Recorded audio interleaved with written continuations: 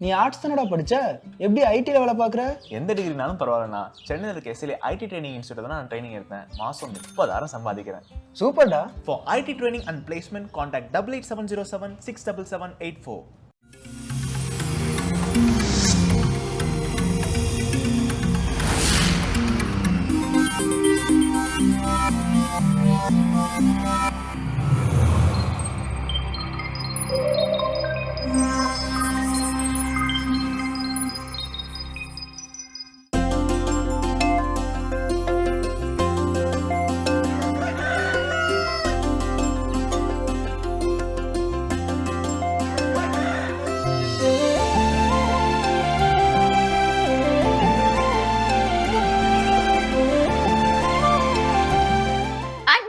அனைவருக்கும் இனிய காலை வணக்கம். எங்களுடைய இணைந்து நீங்கள் பார்க்கவிருப்பது மாதா தொலைக்காட்சியின் கடவுள் வணக்கம். வணக்கம் ஜோஸ். வணக்கம் மேம், எப்படி இருக்கீங்க? ரொம்ப நல்லா இருக்கேன். நீங்க எப்படி இருக்கீங்க? வாரத்தினுடைய முதல் வேலை நாள். ஆமா, அதனால சுகமா இருக்கீங்களா? சுகமா இல்ல, கொஞ்சம் சோம்பேறித்தனமா. அப்படி லைட்டா அப்படி. Okay okay. ஸ்கூல் பாய் மைண்ட் செட்ல ஐயோ ஸ்கூலுக்கு போறோமே அப்படிங்கிற மாதிரியான ஒரு மைண்ட் செட்ல இருக்குது. ஓகே, அப்படியே எனக்கான கதைக்குள்ள போயிடலாம். இன்னைக்கான கதை என்ன அப்படின்னு பார்த்தீங்கன்னா, ஒருத்தர் அவர் பேரு என்ன வேணாலும் வச்சுக்கோங்க, அந்தோணி, ஆரோக்கியசாமி, எது வேணாலும் வச்சுக்கலாம். ஆனால் அவருடைய வேலை என்னன்னா, எதுக்கு எடுத்தாலும் நெகட்டிவாக பேசுறது, எல்லாமே அபசகுணம் ஏற்படுற மாதிரியே பேசுறது அவருடைய பேச்சு இருக்கும். அப்போ ஒரு முறை ஒரு ஊருக்கு போகணும் அப்படின்னு சொல்லிட்டு, நான் ஊருக்கு கிளம்புறேன் அப்படின்னு வேலைக்காரரை கூப்பிட்டு வெயிட்டெல்லாம் பார்த்துக்கோ அப்படின்னு சொன்னால், அவர் ஐயா இதில் போகிறீங்க அப்படின்னு, பஸ்ஸில் போகிறேன். நல்லதுங்க ஐயா, சரிங்கய்யா அப்படின்னு. சரி பஸ்ஸில் போகலாம், பஸ்ஸில் எந்த இடத்துல உட்காரலாம் சொல்லு அப்படின்னு வந்துட்டு ஐடியா கேட்குறாரு. ஐயா முன்னாடி உட்காந்து அப்படியே டிரைவர் கூட ஜாலியாக பேசிட்டு போங்க அப்படின்னு. ஏன்டா டே, நான் முன்னாடி உட்காந்து டிரைவர்கிட்ட பேசி டிரைவருக்கு கவனக்குறைவா வண்டி எங்கேயும் கொண்டு போய் விட்டா அப்போ நான் அப்படின்னு சொல்லியிருக்கிறேன். இன்னும் அது வம்பா போச்சுன்னா அவர் சொல்லுங்க, ஐயா அப்போ பின்னாடி போய் என்ன பண்ணிக்கோங்க, உட்காந்துக்கோங்க கடைசியில்.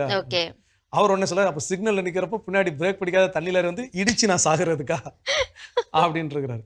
இவன் இதுனே வம்பா போச்சு, முன்னாடி சொன்னாலும் ஒரு இதா சொல்றாரு, நடுவில் உட்காந்துக்கோங்கன்னு இருக்கிறாரு. நடுவில் உட்காருங்கன்னு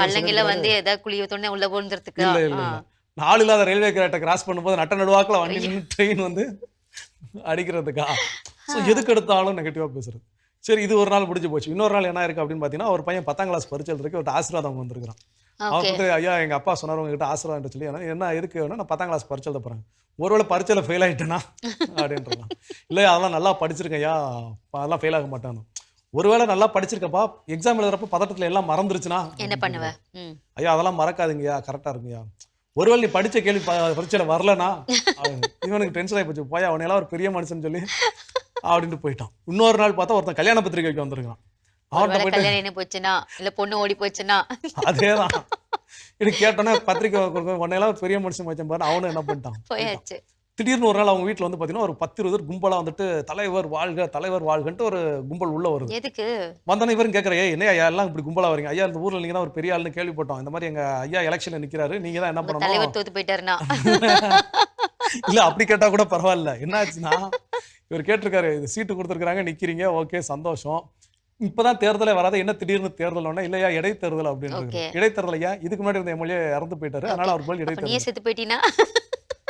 அவர் கேட்டிருக்காரு, இதுக்கு முன்னாடி இருந்தவரும் ஜெயிச்சாரு, நீயும் ஜெயிப்ப, ஓகே. இதுக்கு முன்னாடி இருந்தாலும் ஓட்டு கேட்டு வந்தாரு, நீங்க கேட்டு வந்திருக்கிற, ஓகே. அவரும் ஜெயிப்பார், நீ ஜெயிப்பா.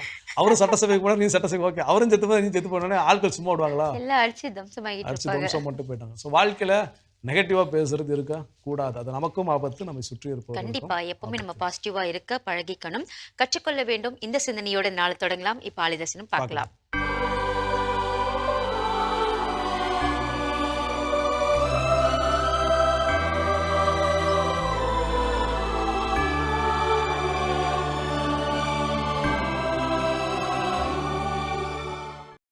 உறவு மலரும் புனித இடம் ஆலயம், உள்ளம் ஒன்று சேரும் இடம் ஆலயம். உறவு மலரும் புனித இடம் ஆலயம், உள்ளம் ஒன்று சேரும் இடம் ஆலயம்.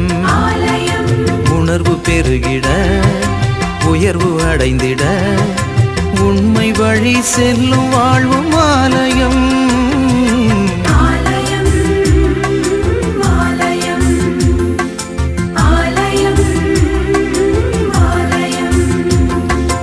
உறவு மலரும் புனித இடம் ஆலயம், உள்ளம் ஒன்று சேரும் இடம் ஆலயம்.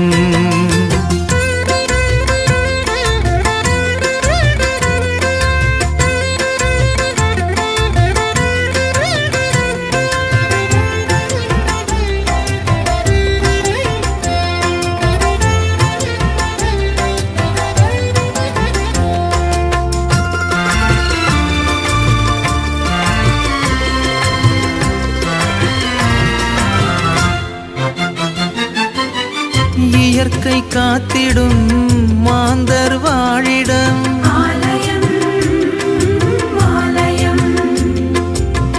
பகிர்ந்து வாழ்ந்திடும் உயிர்கள் உறைவிடம்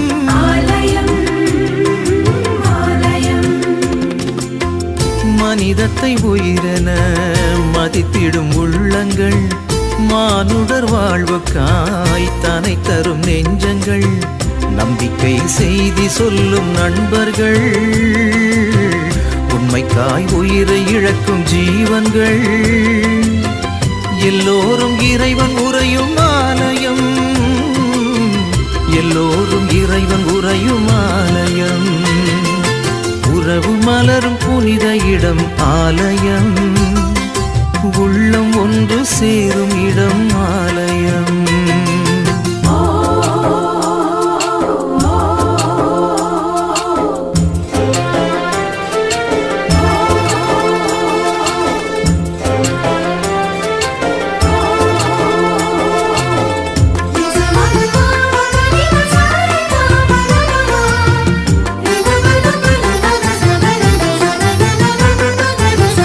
பசுமை சோலைகள் பாடும் பறவைகள்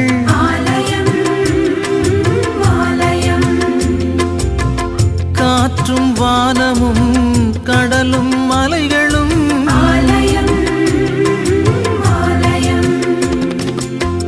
விடியலின் குரலென ஒலித்திடும் கலைகளும் கடவுளே உன் புகழ் பாடிடும் கவிதையும் நல்வார்த்தை பேசுகின்ற நாவுகள் நல்லோரின் பாதை செல்லும் பாதங்கள் எல்லாமே இறைவன் உறையும் ஆலயம். சிறப்பான ஆலய தரிசனம் பார்த்தாச்சு. இன்றைய நாள சிறப்பா நம்ம தொடங்கிட்டோம். எப்பயுமே நம்மளுடைய வாழ்க்கையில நெகட்டிவா பேசக்கூடாது, பாசிட்டிவா இருக்கணும்னு சொல்லிட்டு இந்த நாளை நம்ம தொடங்கி இருக்கோம். இன்னைக்கு டாபிக் வந்து டிஃப்ரெண்டா இருக்க போதா நினைக்கிறேன் நானு. ஸோ இன்னைக்கு என்ன அப்படின்னா கொஞ்சம் இதனோட ஒத்து போகிற மாதிரியான ஒரு சில டாபிக். இந்த கதை என்ன அப்படின்னு பார்த்தீங்கன்னா ஸ்கூல் டேஸ்ல வந்து 8th ஸ்டாண்டர்டோட 9th ஸ்டாண்டர்ட் படிக்கிறப்ப டிராமா போட்ட கதையா? ஓகே. எங்களுடைய டீச்சர் சார் வரப்பிரசாதம் அப்படிங்கிற சார் எழுதின ஒரு ஸ்டோரி. அது நடிக்கிறப்போ செம ஜாலியா பேசி கண்டிப்பா இப்படி இருந்தா நகைச்சுவை தான் இருந்திருக்கும், பயங்கரமா இருந்திருக்கும். அதுல அந்த வேலைக்காரனுடைய வேஷம் நீங்க நான் பண்ணியிருந்தேன். ஓகே, இன்னைக்கு என்னன்னா இந்த கதையில இருந்து நாம இன்னைக்கு எடுத்துட்டு போகக்கூடிய ஒரு சின்ன பொசிஷன் பார்ட் என்னன்னா, ஏதோ நெகட்டிவா பேசுறது நம்ம லைஃபுக்கு என்ன ஆகுது, டேமேஜ் பண்ணுது, நம்ம லைஃப்பை வந்து பாதிக்க செய்யுது. அது போல நம்முடைய எதிர்காலத்தை சீர்குலைக்கக்கூடிய சில பழக்க வழக்கங்கள் நம்ம கிட்ட இருக்குது. ஓகே, அது நம்ம எதிர்காலத்தை டோட்டலா என்ன பண்ணிடும்னா வாஷ் அவுட் பண்ணிடும், எதிர்காலமே இல்லாமல் கூட உண்டு பண்ணிடும். அப்போ அப்படிப்பட்ட பழக்க வழக்கங்களை கண்டறிந்து அதை களை எடுப்பது ரொம்ப ரொம்ப முக்கியம். அப்போ முதல் விஷயம் என்ன சொல்றாங்க, எது என்னோட எதிர்காலத்தை அழிக்கும் அப்படின்னு பார்த்தீங்கன்னா நமக்கு இருக்கக்கூடிய பழக்கம் தள்ளி போடக்கூடிய பழக்கம், போஸ்ட்போன் பண்றாங்க. கண்டிப்பா அப்புறம் பார்த்துக்கலாம் அப்படின்னு சொல்றேன். எக்ஸசைஸ் பண்ணலாம்னு ஐடியாவில் இருக்கிறேன், எப்போ இருந்து நாளையில இருந்து பார்த்துக்கலான்னு இருக்கிறேன். பணத்தை சேமிக்கலாம்னு ஒரு முடிவு பண்ணியிருக்கிறேன், ஓகே எப்போல இருந்து, அடுத்த மாதம் சம்பளம் வரட்டும் அதுல இருந்து. ஸோ எல்லாமே என்னன்னா நாளைக்குன்னு சொல்றப்போ இந்த நாட்களும் மாதங்களும் வருடங்களும் ஓடிக்கொண்டே இருக்கிறதே தவிர அப்படிப்பட்ட ஒரு மாற்றம் எனக்குள்ள ஏற்பட்டிருக்கான்னு கேட்டா இல்லவே இல்லை. நாளைக்கு பார்த்துக்கலாம் தள்ளி போடக்கூடிய விஷயம் ஒவ்வொன்றிலும் நமக்கான வாய்ப்புகளை நாம் இழந்து கொண்டே இருக்கிறோம். ஒரு எக்ஸாமுக்கு அப்ளை பண்ணணும், நாளைக்கு பார்க்கலாம், ஒரு டேட் முடிஞ்சு போச்சுன்னா அந்த எக்ஸாம் எழுத முடியாது, நமக்கான வாழ்க்கை நமக்கு கிடைக்காது. ஸோ ஏதோ ஒரு தொழில் தொடங்குவதற்கு ஏதோ ஒரு உதவி கேட்டு ஒருத்தட்ட போகணும், நாளைக்கு பார்த்துக்கலாம் அப்படிங்கிறப்போ நாளைக்கு அந்த நபர் இல்லாமல் போனாலோ உதவி கிடைக்காமல் போனாலோ நமக்கு தான் லாஸ். ஸோ இப்படி பல விஷயங்களை நாளைக்கு பார்த்துக்கலாம்னு நாம் நம்முடைய எதிர்காலத்தை அழித்து கொண்டு இருக்கிறோம். சூப்பர். இந்த தவறுகளை செய்யாமல் இருக்க கற்றுக்கொள்வோம். தொடர்ந்து பேசலாம். இப்ப அடுத்த பகுதியை பார்க்கலாம்.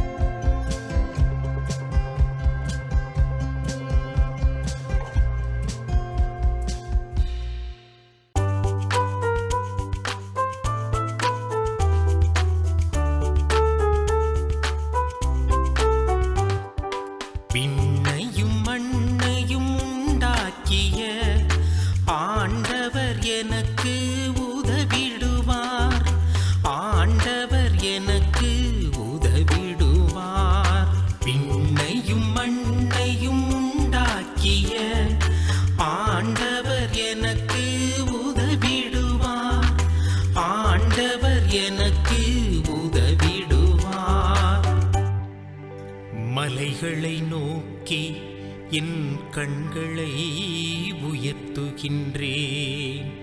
இங்கிருந்து எனக்கு உதவி வரும்.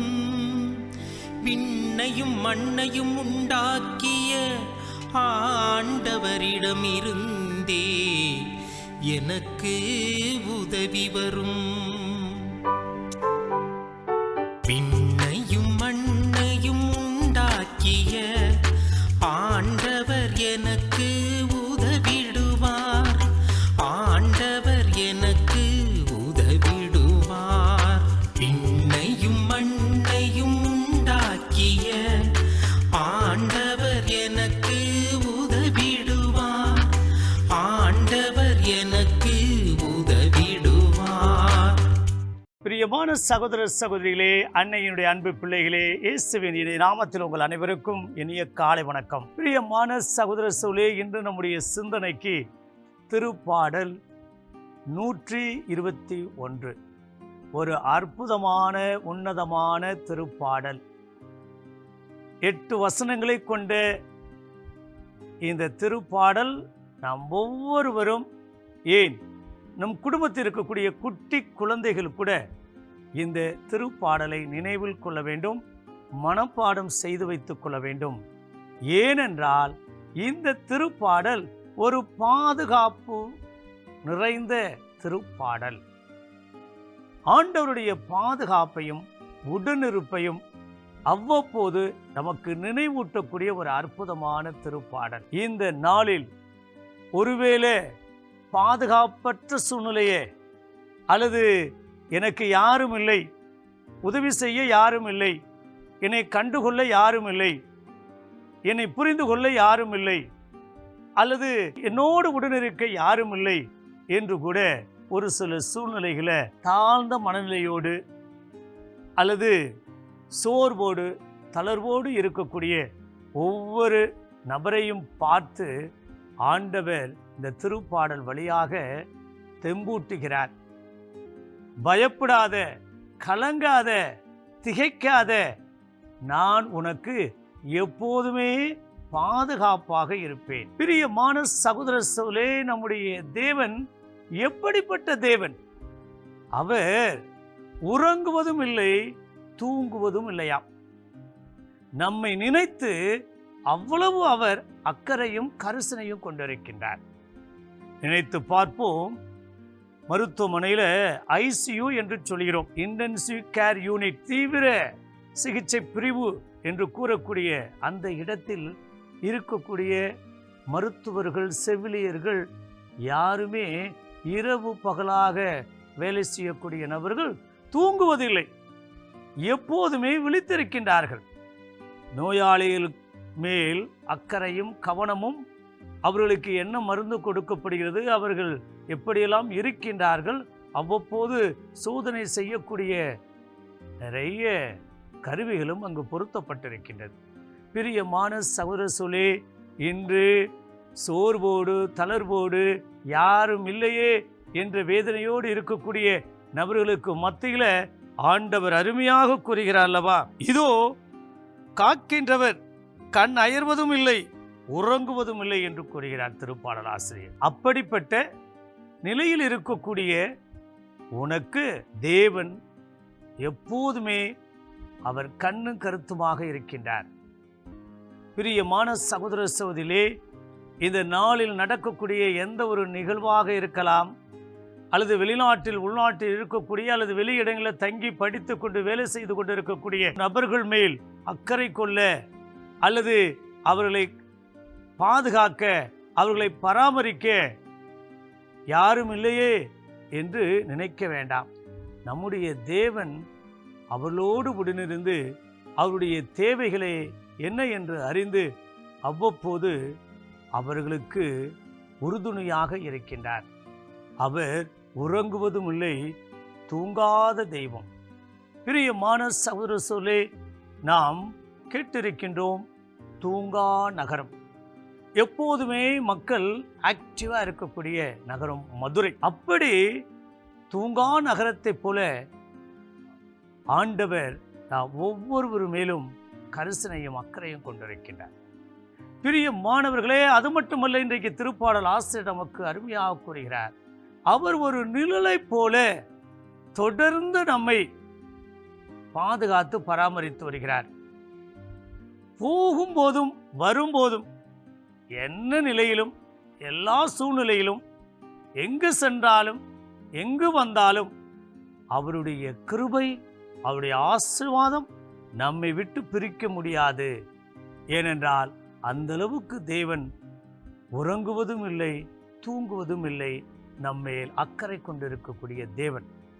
பிரியமானவர்களே, வாழ்க்கையில ஒருவேளை கடைசி காலகட்டத்தில் அல்லது இனிமேல் என் வாழ்க்கை ஒரு கேள்விக்குறி அல்லது ஒரு முற்றுப்புள்ளி ஆகிவிட்டது, இனிமேல் நான் எப்படி தொடங்கப் போகிறேன் அல்லது இனிமேல் எப்படி நான் வாழப்போகிறேன் என்று சூழ்நிலையில் இருக்கக்கூடிய நபர்களுக்கு இன்றைய நாளுடைய திருப்பாடல் ஆசிரியர் அருமையாக கூறுகிறார்.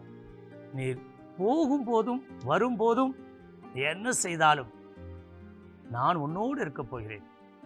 ஆகையால் கலங்காத, பயப்படாத, சந்தேகப்படாத.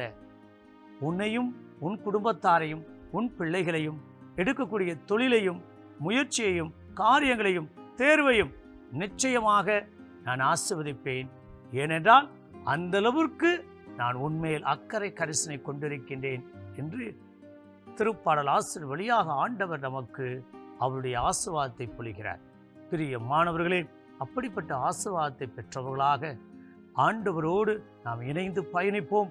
ஆண்டவர் நம்மோடு உடனிருக்கிறார் என்று நாம் நம்புவோம். கண்டிப்பாக நிச்சயமாக எங்கு சென்றாலும் எல்லா வேளையிலும் அவர் உடனிருப்பார் என்ற உயர்ந்த எண்ணத்தோடு நாம் இணைந்து ஜெபிப்போம். பரலோக தந்தை இறைவா, நீர் நிழலை போல எங்களோடு தொடர்ந்து வர இருக்கின்றேன். சூரியனோ நிலவோ உம்முடைய ஆசீர்வாதத்தை குறைக்க முடியாது. நாங்கள் எங்கு சென்றாலும் போகும்போது வரும்போதும் நீர் எங்களோடு உடனிருந்து எங்களை ஆசீர்வதிக்கிறேன்.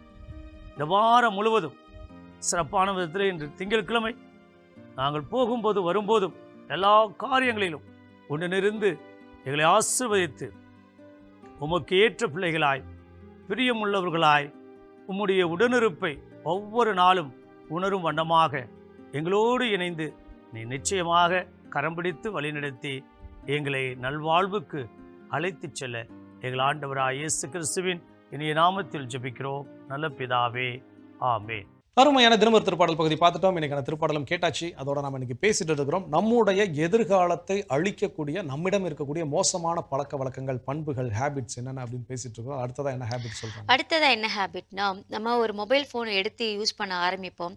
கொஞ்சமா ஒரு ரீல்ஸ் பார்க்க ஆரம்பிப்போம். ஒரு 10 நிமிஷத்துல எடுத்து வச்சிடலான்ட்டு. ஆனா அது 10 நிமிஷம்ன்றது 1 மணி நேரம் ஆகும், 1 மணி நேரம்ன்றது 2 மணி நேரம் ஆகும். அப்படியே அந்த நேரத்தை விரயமாக்கி நம்ம செய்ய வேண்டிய வேலைகளையோ இல்ல நம்ம செய்யக்கூடிய அந்த விஷயங்களையோ செய்ய விடாம அந்த வந்து கெடுக்குது இல்லையா? கண்டிப்பா. ஒரு நிமிஷம் 2 செகண்ட் ஒரு கொஞ்சம் அப்படி ஒரு சின்ன கேப் கிடைச்சா கூட உடனே ஆட்டோமேட்டிக்காக மொபைல் ஃபோனை தான் எடுக்குது. சில நேரங்களில் இந்த மொபைல் ஃபோன் இருக்கக்கூடிய சோஷியல் மீடியா அப்ளிகேஷன்ஸ், ஃபேஸ்புக்காக இருக்கலாம், இன்ஸ்டாவாக இருக்கலாம், இல்லை த்ரெட்ஸாக இருக்கலாம், ஏதோ ஒன்று இது என் நேரத்தை சாப்பிடுதுன்னு சொல்லி எப்போல்லாம் நான் அதை அன்இன்ஸ்டால் பண்ணி வைக்கிறேனோ அந்த நேரத்துக்குமே சோதனைக்குனாலும் எவனாவது ஒரு ரீல்ஸ் அனுப்புறான், ஏதாவது அன்னைக்கு தான் நிறைய பேர் என்ன பண்றாங்கன்னா அனுப்பிட்டே ரீல்ஸ் இருப்பாங்க. அனுப்பும். அதை ஓப்பன் பண்ண பார்த்தா அது ஓபன் ஆகுது. மறுபடியும் அதுக்குன்னு நம்ம வந்து அதை இன்ஸ்டால் பண்ண ரீஸ்டார்ட் வேண்டியிருக்கும். பண்ணுவோம். அதில் சில ஃப்ரெண்ட்ஸ் வேற சொல்லுவாங்க, நீ கடவுள் வணக்கத்தில் இதெல்லாம் பேசுறீங்க இல்லையா, இந்த டாபிக் பேசுங்கன்னு சொல்லி அதை கீழே ஒரு நோட் பண்ணி வேற என்ன பண்ணுவாங்கன்னா ரீல்ஸ் அனுப்புவோம். அது பார்த்தா ஃபேஸ்புக்காக இருக்கும். அன்னைக்கு தான் நம்ம என்ன பண்ணிருப்போம், அன்இன்ஸ்டால் பண்ணிருப்போம். நான் டே இவ்வளவு நாள் வச்சிருந்த அன்னைக்கெல்லாம் இதெல்லாம் நீ அனுப்பாத, இப்போ இதை நான் பார்க்கறதுக்கு வேற திரும்ப என்ன பண்ண வேண்டியிருக்கும், இன்ஸ்டால் பண்ண இருக்கும். சில நேரங்கள் ப்ரௌசர்ல ஓப்பன் பண்ணி பார்க்கலாம், பட் அது ப்ராப்பரா என்ன ஆகாது, ஓப்பன் ஆகாது சில நேரங்கள்ல. ஸோ இப்படியும் சில பிரச்சனைகள் இருக்க தான் செய்யுது. இந்த எண்ட்லெஸ் ஸ்க்ராலிங், அதாவது முடிவில்லாத ஸ்க்ரால் பண்ணிக்கிட்டே இருக்கிறது. எப்போ பார்த்தாலும் ஒரு சின்ன அதுக்குன்னு ஒரு நேரத்தை நம்ம கொடுத்து தான் ஆகணும். நிச்சயமா நடக்கிறப்போ, நிற்கிறப்போ, சாப்பிட்றப்போ ஏதாவது ஒரு கையில் என்ன பண்ணிக்கிட்டே இருக்கிறோம், இந்த மொபைலை நோட்டிக்கிட்டே இருக்கிறோம். இது நம்முடைய நேரத்தை விரயம் செய்வதால் நம்முடைய எதிர்காலம், ஏன்னா சிந்திக்கக்கூடிய விஷயம் மழுங்கி போயிடுது, யோசிக்கக்கூடிய விஷயம் மழுங்கி போயிடுது, செயல்படக்கூடிய விஷயம் மழுங்கி போயிடுது. இது எல்லாமே மழுங்கி போயிட்டா அப்புறம் எதிர்காலம் எப்படி இருக்கும்? ஜீரோவா இருக்கும், இல்லாமல் போய்விடும். திருத்திக்கொள்ளும். இன்னும் வேற என்ன விஷயம் இருக்குங்கிறத தொடர்ந்து பேசுவோம். ஓகே.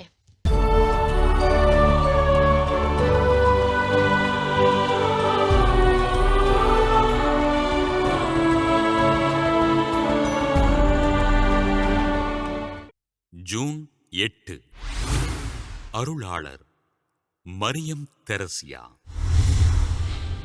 கேரளாவின் புத்தன்சிரா கிராமத்தில் வாழ்ந்த தோமா தாண்டா சிராமெல் மான்கிடன் தம்பதியினருக்கு கிபி 1876 ஏப்ரல் 26 பிறந்தார் மரியம் தெரசியா.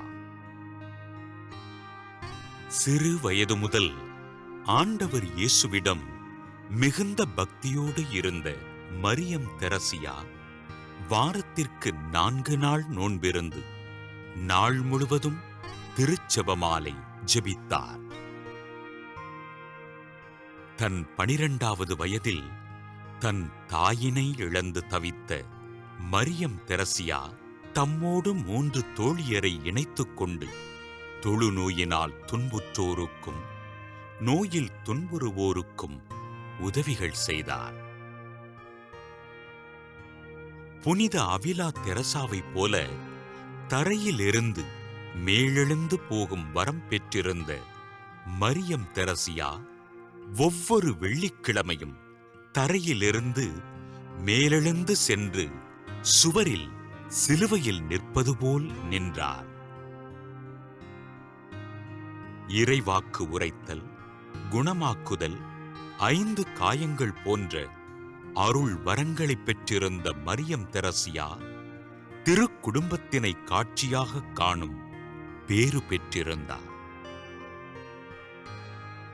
கிபி 1912 ஆயர் மார் யோவான் அவர்களின் வழிகாட்டுதலின்படி புனித பிரான்சிஸ் சபை பிரிவில் சேர்ந்த மரியம் தெரசியா அனைத்து சகோதரிகளோடும் அன்புறவை கொண்டு ஆண்டவரின் பணிகளைச் செய்தார். ஆயர் மாரியோவான் அவர்களின் அனுமதி பெற்று கிபி 1914 மே மாதம் 14 திருக்குடும்ப சபையினை நிறுவிய மரியம் தெரசியா தன் சபையின் முதல் சகோதரியாக வார்த்தைப்பாட்டை அளித்தார். பாவிகள் மனமாறுவதற்காக நோன்பிருந்து ஜெபித்து இறைப்பணிகளைச் செய்த அருட்சகோதரி மரியம் தெரசியா 1926 ஜூன் 8 விண்ணகம் சென்றார். ஏழைகள், நோயாளிகள், கைவிடப்பட்டோருக்கு உதவிகள் செய்து ஆண்டவரின் பணிகளைச் செய்த அருட்சகோதரி மரியம் தெரசியாவினை திருத்தந்தை 2 ஜான் பால் கடந்த 2000வது ஆண்டு ஏப்ரல் மாதம் 9 அருளாளராக உயர்த்தினார். அருளாளர் மரியம் தெரசியா திருவிழாவினை கொண்டாடுகின்ற நாம் துன்புறுவோரை ஆண்டவர் தொட்டு நலமாக்கிட உருக்கமோடு ஜெபிப்போம். சிறப்பான இன்றைய புனிதர் பகுதி நம்ம பார்த்தாச்சு. நாம இன்னைக்கு பேசிட்டு இருக்கோம் நம்மளுடைய எதிர்காலத்தை அழிக்கக்கூடிய சில கெட்ட பழக்கங்கள்லாம் இருக்கு இல்லையா, அடுத்ததா என்ன? ஸோ அடுத்ததாக எந்த ஒரு கெட்ட பழக்கம் நம்மளுடைய எதிர்காலத்தை அழிக்குது அப்படின்னு பார்த்தீங்கன்னா, நம்மளுடைய ஓவர் திங்கிங். எதுக்கு எடுத்தாலும் சின்ன சின்ன விஷயத்துக்கெல்லாம் பயங்கரமாக திங்க் பண்ணிக்கிறது. அதாவது ஒரு விழிப்புணர்வோடு இருப்பதற்கு யோசிக்கிறது பிரச்சனை கிடையாது. இன்றைக்கி ஒரு தொழிலை தொடங்க போகிறோம், அப்போ அந்த தொழிலில் லாப நஷ்டங்கள் என்ன இதெல்லாம் கன்சிடர் பண்ணுறதுக்கு யோசிக்கணும், பிரச்சனை கிடையாது. ஆனால் அது இப்படி ஆயிருமோ, இது ஆனால் இப்படி லாஸ் ஆயிருமோ, இது லாஸ் ஆனால் என் குடும்பம் என்னை விட்டு போயிருமோ, அப்புறம் என் குடும்பத்துக்கு நான் என்ன பண்ணுறது, நான் நடுத்தரில் இருந்து போனோம். கண்டிப்பா ரொம்ப ஓவர் திங்க் பண்ணுறதுமே நல்லது கிடையாது. கண்டிப்பாக, ஏன்னா நம்மளால செயல்படவே முடியாது. அது திங்கிங் இருந்துக்கிட்டே தான் இருக்கும். லாப நஷ்டம் தான் சொல்லுவாங்க. எப்போவுமே அது முடிவு எடுக்கிறப்போ எத்தனை தடவை யோசிப்பீங்க அப்படின்னு யார்ட்டே கேட்டால் நானும் 1000 தடவை யோசிப்பேன், 2000 தடவை யோசிப்பேன். நீங்கள் யோசித்து எடுக்கக்கூடிய முடிவு உருப்படாது. 2 தடவை எடுத்து முடிவு, அதை யோசித்து முடிவு எடுத்தால் போதுமானது. 1, இந்த முடிவை எடுப்பதனால் என் வாழ்வில் நடக்கக்கூடிய நல்ல விஷயங்கள் என்னென்ன. 2, இந்த முடிவை எடுப்பதனால் என் வாழ்வில் நடக்கக்கூடிய கெட்ட விஷயங்கள் என்ன. இந்த 2 தடவை யோசிச்சா போதும். இதில் நல்லது நிறையா இருக்குதா, துணிஞ்சு அந்த முடிவு என்ன பண்ணலாம், எடுக்கலாம். கெட்டது நிறையா இருக்குதா, துணிஞ்சு அந்த முடிவு எனக்கு வேண்டவே வேண்டாம்னு உதறி தள்ளிட்டு நம்ம போகலாம். ஸோ இதை விட்டுட்டு நான் 1000 தடவை யோசித்தேன், 2000 தடவை யோசித்தேன், பல தடவை யோசித்து பல நாள் யோசித்தீங்கன்னா ஓவர் திங்கிங்கில் இருந்திருக்கோன்னு அர்த்தம். அது சரியான முடிவுகளை கொடுக்குமான்னு கேட்டால் நிச்சயமாக கொடுக்கவே இல்லை. ஸோ ஓவர் திங்கிங் பண்ணியும் நாம நம்மளுடைய எதிர்காலத்தை அழித்து கொண்டு இருக்கிறோம் அப்படின்றத நம்ம கற்றுக்கொள்ள வேண்டும். தொடர்ந்து பேசலாம். இப்போ அடுத்த பகுதியை பார்க்கலாம்.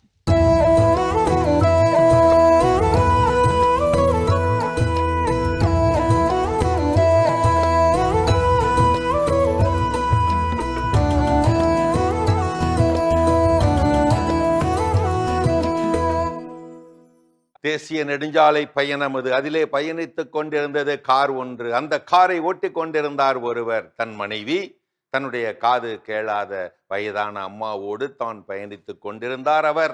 அப்போது அதை கவனித்தார். நீண்ட நேரமாக அவரை ஒரு போலீஸ் ஜீப் கண்காணித்து கொண்டே தொடர்ந்து வந்து கொண்டிருந்ததை கவனித்தார். ஆனால் அலட்டி கொள்ளாமல் ஓட்டி கொண்டிருந்தார். சிறிது நேரத்திற்கு பிறகு அந்த போலீஸ் ஜீப் அவரது காரை முந்திக் கொண்டு சென்று அவர் முன்னே நின்றது. அந்த காரின் முன்னே நின்றது. இறங்கி வந்த டிராபிக் போலீஸ் அவரிடம் குட் ஈவினிங் சார் என்று சொல்ல, அவரும் குட் ஈவினிங், ஏதாவது பிரச்சனையா என்று கேட்க, டிராபிக் இன்ஸ்பெக்டர், நாங்கள் உங்கள் காரை அரை மணி நேரமாக கவனித்து வருகிறோம். நீங்கள் போக்குவரத்து விதிகளை மீறாமல் ஸ்பீட் லிமிட்டை 1 மைல் கூட அதிகரிக்காமல் சக டிரைவர்களை மதித்து சிக்னல் போட வேண்டிய இடங்களில் சிக்னல் போட்டு பொறுப்போடு காரை ஓட்டிய வந்த விதத்தை பார்த்து நாங்கள் பாராட்டுகிறோம். அதனால் சாலை பாதுகாப்பு வாரத்தை முன்னிட்டு உங்களை சிறந்த டிரைவராக தேர்வு செய்து 10,000 ரூபாய்க்கான இந்த செக்கை அன்பளிப்பாக கொடுக்கிறோம், பெற்றுக்கொள்ளுங்கள். வாங்கி கொண்ட அவர் சந்தோஷமான பெருமூச்சு விட்டபடியே சொன்னாராம், அப்பாடா, இந்த பணத்தை வைத்து எப்படியாவது டிரைவிங் லைசன்ஸ் அடுத்த வாரமே எடுத்து விட வேண்டும் அப்படின்னு சொல்ல, இந்த டிராபிக் இன்ஸ்பெக்டர் அவரை ஒரு மாதிரியாக பார்க்க, உடனே அவரின் மனைவி உஷாராகி, சாரி சார், நீங்க ஒன்றும் தப்பா நினைக்காதீங்க, அவர் குடிச்சா இப்படித்தான் உளருவாரு, நீங்க கண்டுக்காதீங்க.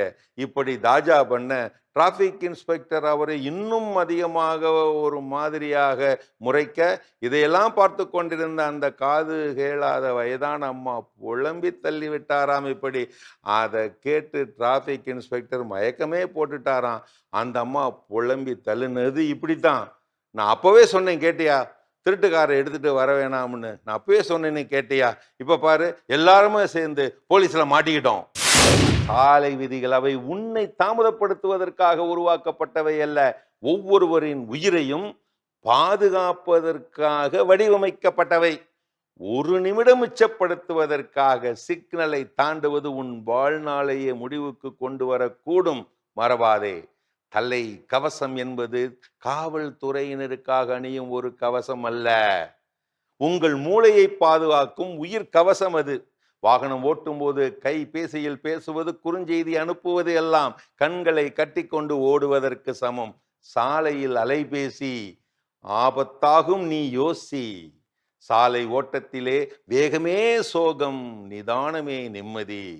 எச்சரிக்கை நண்பா, நெடுஞ்சாலை பயண பாதையில் அலைபேசி அழைத்தால் எடுக்காதே, அழைப்பது யமனாக கூட இருக்கலாம்.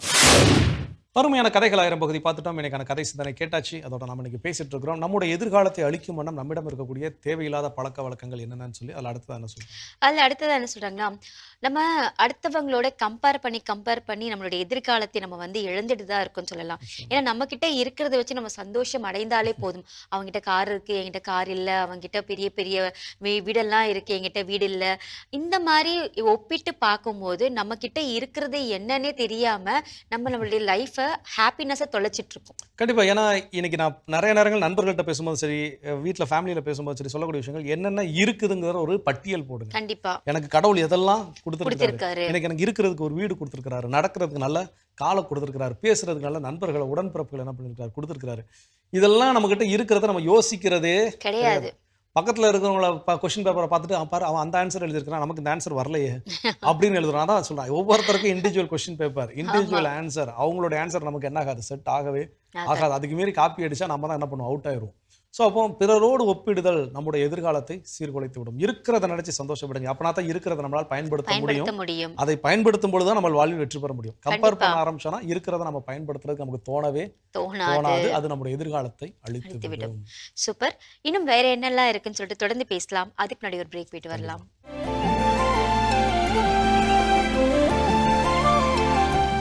நிகழ்ச்சிக்குள் உங்களை மீண்டும் வரவேற்கிறோம். நீங்கள் பார்த்து கொண்டிருப்பது மாதா தொலைக்காட்சியின் கடவுள் வணக்கம்.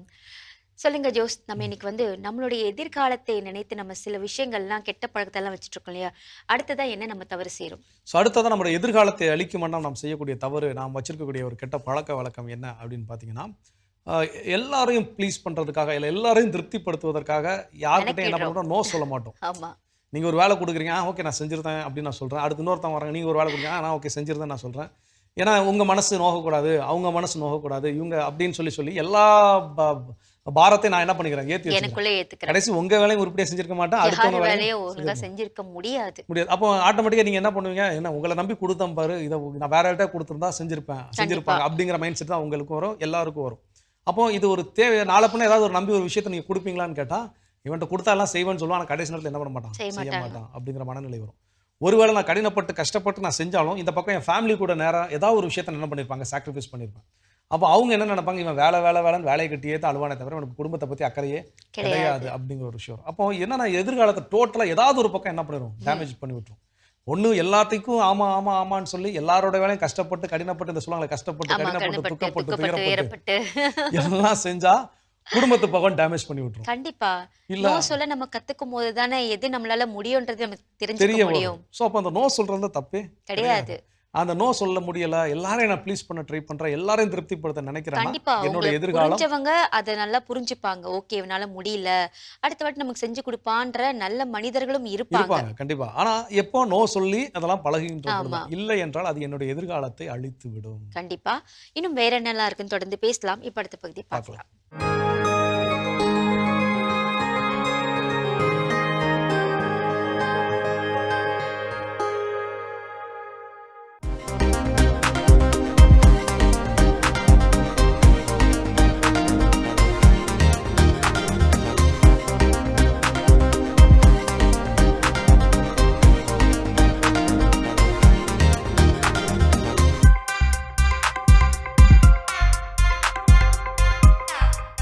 வணக்கம், நான் டாக்டர் கல்பனா பரணிக்குமார்.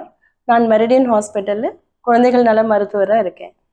இன்றைக்கி பச்சிளம் குழந்தைங்களுக்கு வர மஞ்சள் காமாலை பற்றி பார்க்கலாம். அதாவது நியோனேட்டல் ஜாண்டிஸ்ன்னு சொல்லுவோம். இப்போ பச்சிளம் குழந்தைங்களுக்கு வர மஞ்சள் காமாலை வந்து நார்மலாக ஒரு 60-80% குழந்தைங்களுக்கு வரக்கூடியது தான். இது வந்து மெயினாக ஒரு கல்லீரல், அதாவது லிவர் இம்மெச்சூரிட்டினால, முதிர்ச்சி அடையாத தன்மையினால வரக்கூடியது.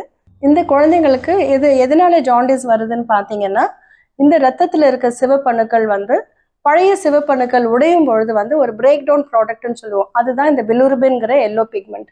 இது வந்து வழக்கமாக வந்து லிவரில் ஒரு என்சைம் ப்ரொடக்ஷன்னால வந்து தண்ணியில் கலக்கிற தன்மையோட மாறுது. அதாவது ஒரு சாலிபிள் காம்பவுண்டை மாறி யூரின்லேயும் மோஷன்லேயும் நார்மலாக வெளியேறும். ஆனால் இந்த பிறந்த குழந்தைங்களில் வந்து லிவர் முதிர்ச்சி அடையாததுனால இந்த எல்லோ பிக்மெண்ட் ரத்தத்திலே கலந்து இருக்கும். இது வந்து சாஃப்ட் டிஷ்யூஸ், அதாவது கண்ணை சுற்றி இருக்க இடங்கள்ல, ஸ்கின்ல, இல்லைன்னா வந்து மூளையில், இந்த மாதிரி இடத்துல வந்து அதிகமாக போய் இந்த எல்லோ பிக்மெண்ட் ஆன பிலிருபின் வந்து படியும். அதுக்கப்புறம் லிவர் வந்து கொஞ்சம் முதிர்ச்சி அடைய இந்த ஜாண்டிஸ் வந்து சரியாக போயிடும். ஆனால் ஒரு சில குழந்தைங்களுக்கு வந்து இந்த ஜாண்டிஸ்க்கு வந்து ட்ரீட்மெண்ட் தேவைப்படும். ஏன்னா இந்த பிலிருபின் பிக்மெண்ட் ஆனது வந்து மூளையில் அதிகமாக படியும் பொழுது குழந்தைகள் வந்து சரியாக ஃபீட் பண்ண மாட்டாங்க, பால் சக் பண்ண முடியாது, தூங்கிக்கிட்டே இருப்பாங்க.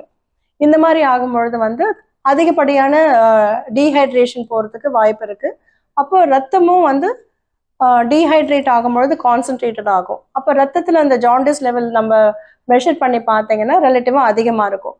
இந்த குழந்தைங்களுக்கு வந்து எங்களுக்கு ரெஃபரன்ஸ் சார்ட் உண்டு. அவங்க பிறந்ததுலேருந்து எத்தனை வாரத்தில் ஜெஸ்டேஷன், அதாவது எத்தனை வாரத்தில் பிறந்தாங்க, பிறந்ததுலேருந்து எத்தனை மணி நேரத்தில் இந்த டெஸ்ட் எடுக்கும் பொழுது ஒரு குறிப்பிட்ட அளவுக்கு மேலே இருந்ததுன்னா அவங்களுக்கு ஒரு ப்ளூ லைட் ஃபோட்டோ தெரப்பிங்கிறது தேவைப்படும். இந்த ஃபோட்டோ தெரப்பி லைட் வந்து லிவர் செய்யாத ஒரு காரியத்தை வந்து டைரெக்டாக ஸ்கின் மூலமாக ஊடுருவி அந்த பிக்மெண்ட்டை வந்து ஒரு வாட்டர் சாலிபிள் காம்பவுண்டாக மாற்றிடுது. அதனால எளிதாக வந்து யூரின்லேயோ மோஷன்லேயோ அது வெளியேறிடும். ஜாண்டிஸ் லெவல் குறையும் பொழுது குழந்தைங்க திரும்ப மறுபடியும் பிரிஸ்க் ஆயிடுவாங்க, ஃபீடிங் வந்து இம்ப்ரூவ் ஆகும், அதுக்கப்புறம் தன்னால் சரியாக போயிடும். இது வழக்கமாக நார்மலாக ஒரு டேர்ம் பேபிஸ், அதாவது 37 வாரங்களுக்கு பிறகு பிறந்த பேபிஸில் பார்த்தீங்கன்னா ஒரு 2 வாரத்தில் தன்னாலேயே சரியாக போயிடும்.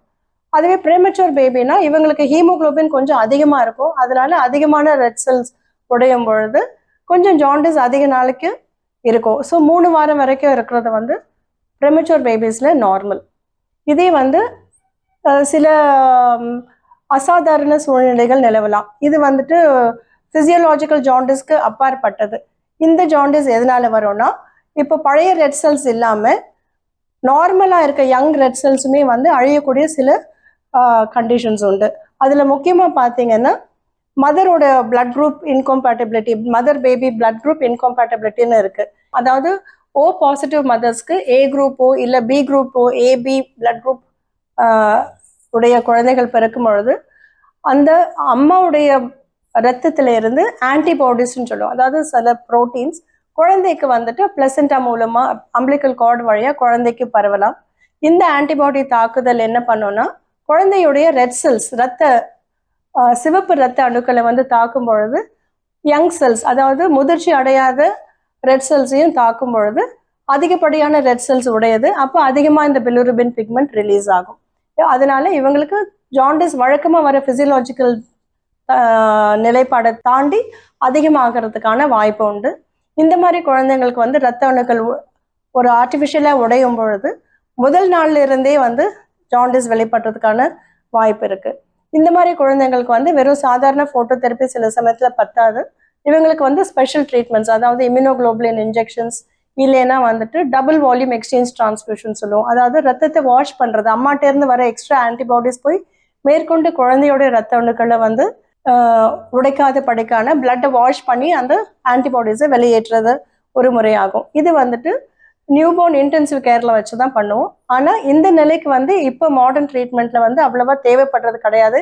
ஏன்னா ஆரம்ப காலகட்டத்திலேயே வந்து இந்த குழந்தைங்களுக்கு ரத்த பரிசோதனை நேரத்தோடு செய்கிறது மூலமாகவும் நேரத்தோட ஃபோட்டோ தெரப்பி ஆரம்பிக்கிறது, அதுக்கப்புறம் ஹைட்ரேஷன், அவங்களுக்கு தேவையான ஃபீட்ஸோ ஃப்ளூயிட்ஸோ வந்து சில குழந்தைங்களுக்கு ஐவி ஃப்ளூயிட்ஸ் தேவைப்படலாம். இதெல்லாம் வந்து சரியான நேரத்தில் செலுத்தும் பொழுது குழந்தைக்கு வந்து அந்த எக்ஸ்சேஞ்ச் டிரான்ஸ்ஃபியூஷனுங்கிற ஒரு நிலைக்கு நம்ம தள்ளாமல் பார்த்துக்க முடியும். அடுத்து வந்து வேறு சில ஜெனட்டிக் கண்டிஷன்ஸும் இருக்குது. இப்போ அதாவது ரெட் செல்ஸ்லேயே வந்துட்டு அதோடைய என்சைம்ஸ்ன்னு சொல்லுவோம், இல்லைன்னா வந்து ஒரு அப்நார்மல் ஹீமோகுளோபினோட அந்த குழந்தை பறக்குது. இது மரபணுல வர சில கோளாறுகளால் ஏற்படக்கூடிய கண்டிஷன்ஸ். இந்த கண்டிஷன்ஸ்லையுமே வந்துட்டு ரெட் செல்ஸ் வந்து அதிகமாக உடையலாம். அந்த மாதிரி உடையும் பொழுது வந்து நியூபார்ன் பேபிஸ்க்கு வந்து ஜாண்டிஸ் அதிகமாக ஆகிறதுக்கான வாய்ப்பு உண்டு. இந்த கண்டிஷன்ஸ் எல்லாம் கொஞ்சம் ரேர் தான். ஆனால் சாதாரண ட்ரீட்மெண்ட்டில் எளிதாக சரியாகாத குழந்தைங்களை வந்து இந்த எக்ஸ்ட்ரா டெஸ்ட் தேவைப்படலாம். இதை தவிர்த்து இந்த நார்மல் ஜாண்டிஸ், இந்த அதாவது எக்ஸ்ட்ரா கண்டிஷன்ஸில் ஃபோட்டோ தெரப்பி மூலமாக ட்ரீட் பண்ணக்கூடிய ஜாண்டிஸ் போக இன்னொன்று வந்து கான்ஜுகேட்டட் ஆர் டைரக்ட் ஜாண்டிஸ்ன்னு சொல்லுவோம். இந்த டைரக்ட் இல்லை கான்ஜுகேட்டட் ஜாண்டிஸுங்கிறது இன்ஃபெக்ஷன்ஸ் போக வந்து கல்லீரல்லே, அதாவது லிவர்லேயே வந்து கோளாறுகள்னால வரலாம். இது வந்து அப்ஸ்ட்ரக்டிவ் ஜாண்டிஸ்ன்னு சொல்லுவோம். இது வந்து ஒரு மெடிக்கல் எமர்ஜென்சி ஆகும். இந்த மாதிரி குழந்தைகள் வந்துட்டு அதாவது வெளுத்த மாதிரி ஒரு ஸ்டூல்ஸ் போவாங்க, அதாவது சாக் கலரில் இல்லை வெள்ளை நிறத்தில் வந்துட்டு மோஷன் போவாங்க. அப்படின்னா வந்து அந்த பித்த நீர் வந்து சரியாக குடலை வந்து சேரலைன்னு அர்த்தம். ஸோ அந்த இடத்துல ஏதோ ஒரு அவங்களுடைய பிறக்கும் பொழுதே வந்து அந்த அமைப்பில் வந்து ஒரு அடைப்பு இருக்கலாம், இல்லை சரியாக வந்து வளராமல் இருக்கலாம். அந்த பித்தப்பையிலேருந்து வெளியில் வர அந்த குழாய்கள் சரியாக வளராமல் இருக்கலாம். இந்த மாதிரி இருந்ததுன்னா உடனே வந்து உங்களுடைய மருத்துவரை நீங்கள் அணுக வேண்டும். இப்போ இந்த நார்மல் ஜாண்டிஸ்னு பார்த்தீங்கன்னா, இந்த ஃபிசியலாஜிக்கல் ஜாண்டிஸ் வந்து எப்படி தவிர்க்கலாம்னா, முறையாக வந்து குழந்தைய வந்துட்டு பால் ஊட்டணும். நிறைய நேரம் மதரும் வந்துட்டு குழந்தையும் வந்து பிறந்ததுக்கு அப்புறம் டெலிவரி ஆனதுக்கப்புறம் அம்மாவும் தூங்கிக்கிட்டே இருப்பாங்க, இல்லை குழந்தைங்களும் நிறைய தூங்கிக்கிட்டே இருப்பாங்க. இவங்களை வந்து கொஞ்சம் ஃப்ரீக்வெண்ட்டாக எழுப்பி ஒரு 2லேருந்து 3 மணி நேரத்துக்கு ஒரு முறை எழுப்பி அவங்களுக்கு பால் குடிக்க வச்சு டீஹைட்ரேஷன், அதாவது நீர் வற்ற தன்மைக்கு போகாமல் பார்த்துக்கிட்டோன்னா இந்த ஜாண்டிஸ் ஓரளவுக்கு தவிர்க்கலாம். இல்லைன்னா வந்து டெம்ப்ரரியாக சில மதருடைய தாய்ப்பால் வந்து சில குழந்தைங்களுக்கு சரியாக உற்பத்தி ஆகாமல் போகலாம் ஆரம்ப நாளில். அப்போது ஒரு டெம்ப்ரரியாக வந்துட்டு ஃபார்முலா மில்க் தேவைப்படும் சில குழந்தைங்களுக்கு. மதரோட மில்க் நல்லா எஸ்டாப்ளிஷ் ஆனதுக்கப்புறம் அந்த ஃபார்முலா ஸ்டாப் பண்ணிக்கலாம். ப்ளஸ் இந்த ஜாண்டிஸும் அதுக்குள்ளே சரியாயிடும். இப்போ டே டு டே ப்ராக்டிஸில் வந்து ஒரு ஸ்க்ரீனிங் டெஸ்ட் மாதிரி வைப்போம்.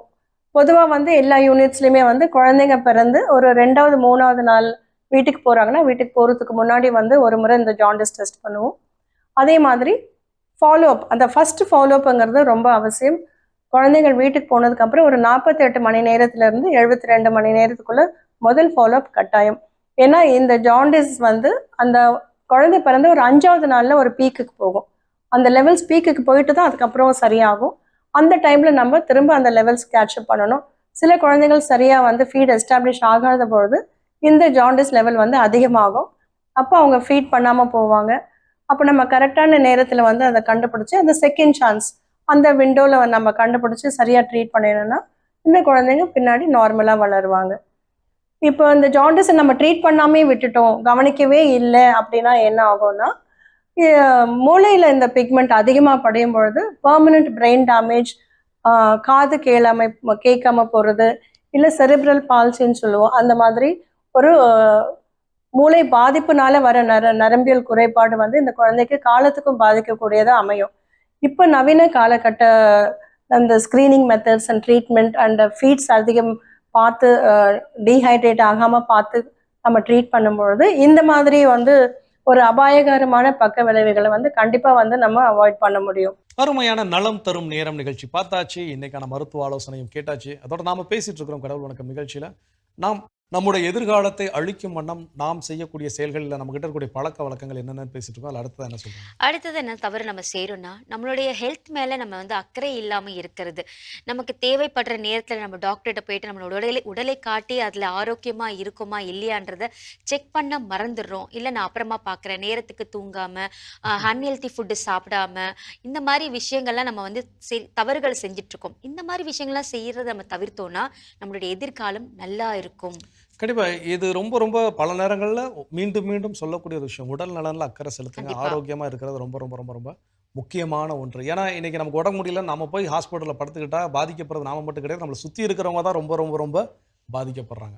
அப்போ நாமளும் கஷ்டப்பட்டு சுற்றி இருக்கிறவங்களையும் கஷ்டப்படுத்திக்கிட்டு இருக்கிறோம் நாம. அப்போ அதற்கு ஒழுங்காக இருக்கும்போதே ரெகுலர் செக்கப்ஸு, ஆமா. ரெகுலரான தூக்கம், ரெகுலரான சாப்பாடு, சரியான சாப்பாடு, சரியா முறையான சாப்பாடு, சாப்பாடு, முறையான சாப்பாடு, டைமுக்கு சாப்பிடணும். அப்போ இதெல்லாம் ரொம்ப ரொம்ப முக்கியம் நம்ம உடல் நலனில் அக்கறை செலுத்துவதற்கு. இது செய்யலை அப்படின்னா நிச்சயமாக அது நம்முடைய எதிர்காலத்தை சீர்குலைத்து விடும். கற்றுக்கொள்வோம், திருத்திக் கொள்வோம். இன்னும் வேற என்ன விஷயம் இருக்குங்கிறத தொடர்ந்து பேசுவோம். ஓகே.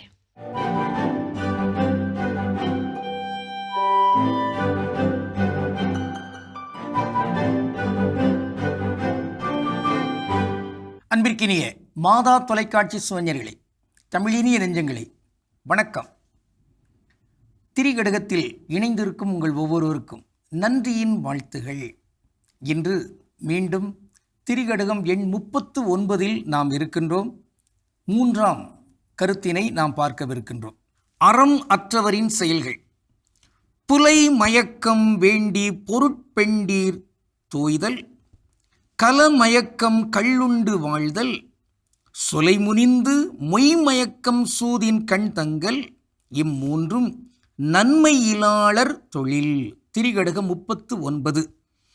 இன்று 3ஆம் கருத்து, சொலை முனிந்து மொய்மயக்கம் சூதின் கண் தங்கல். நல்லவர்கள் சொல்லை அப்படியே முறித்து கொண்டு அதெல்லாம் கேட்க மாட்டோம் என்றெல்லாம் திமிர் பிடித்து நின்று இங்கே பொய்யான ஒரு மயக்கத்தன்மையில், சூது தன்மையிலே இறங்குகின்ற ஒரு நிலை இருக்கிறதே, அது மிக மிக கொடுமையானது. அது எதற்கெல்லாம் இணையானதாம்?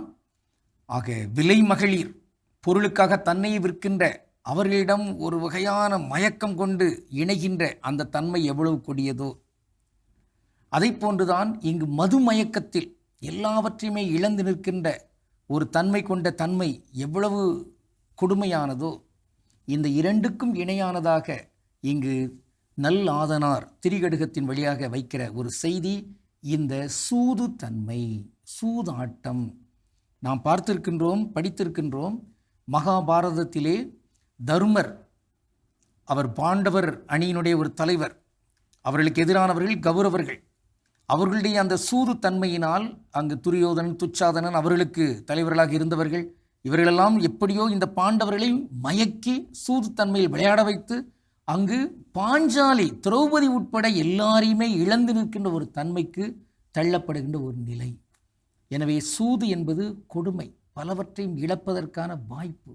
அதனால்தான் இன்று இந்த இணையதளத்திலே நாம் பலவற்றை பார்க்கிறோம். அதிலே ஒரு தரவை நம் அந்த இணையதளம் தொடர்பான ஒரு செய்தியை மாதா தொலைக்காட்சியில் பார்த்து கொண்டிருந்தேன். அதில் இதை தரவை கொடுத்தார்கள். இந்த சூது ஆட்டத்தின் விளைவாக தற்கொலை செய்து கொண்டவர்களுடைய எண்ணிக்கை பெருகி கொண்டிருக்கிறது என்று. கொடுமை. ஆக இந்த கொடுமைகளெல்லாம் நிகழாமல் இருக்க வேண்டும் என்றால் இங்கு சூது, சூதாட்டம் இது தவிர்க்கப்பட்டாக வேண்டும். பாண்டவர்கள் தங்களையே இழந்து நிற்கின்ற ஒரு நிலை ஏற்பட்டதே, அது இங்கு எவருக்கும் ஏற்பட்டு விடக்கூடாது. வள்ளுவர் ஒரு குறளினை இப்படி பதிவு செய்கிறார். வேண்டற்க வென்றிடினும் சூதினை வென்றதும் தூண்டிற் பொன் மீன் விழுங்கியற்று என்கிற ஒரு செய்தி. அது வேறொன்றுமில்லை. தூண்டில் போடுவதற்கு, அங்கே மீன்களை பிடிப்பதற்கு முயலுகிறவர்கள் அந்த தூண்டில் முள்ளிலே புழுவை வைப்பார்கள். அந்த புழுவை பார்த்து மீன் தனக்கான உணவு என்று அங்கு வந்து அதை சாப்பிடுகின்ற பொழுது அது அந்த தூண்டில் மாட்டிக்கொள்ளும்.